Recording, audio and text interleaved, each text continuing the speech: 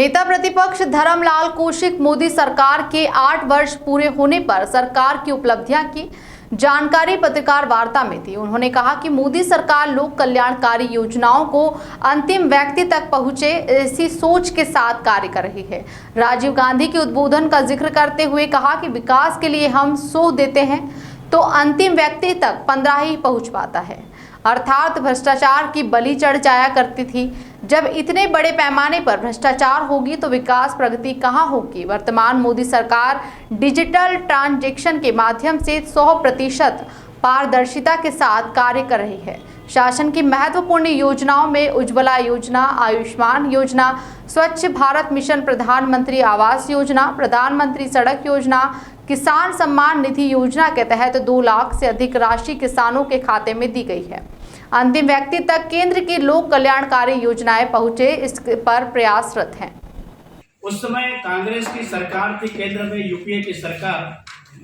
तत्कालीन गृह मंत्री थे शिंदे जी, जो कांग्रेस के नेता थे। हम ये कह सकते हैं कि हिंदुस्तान के सबसे बड़ी जांच एजेंसी NIA, जिसका गठन शिंदे जी के द्वारा किया गया और करने के बाद उस एजेंसी ने जांच किया, उसका प्रतिवेदन आ गया है। दूसरी बात, राज्य में भाजपा की सरकार और उस समय के एक्टिंग जज मिश्रा जी कमीशन बनाया गया और मिश्रा कमीशन ने पूरे मामले की जांच किया और जांच करने के बाद उन्होंने प्रतिवेदन प्रस्तुत कर दिया है। प्रतिवेदन प्रस्तुत करने के बाद में मुख्यमंत्री का काम है उसको विधानसभा के पटल पर रखना और पटल पे रखने के बाद में उस मामले को सार्वजनिक करना। ऐसी कौन सी बात है कि मुख्यमंत्री उसको दबाना चाहते हैं? उस मामले को उजागर करना क्यों नहीं चाहते?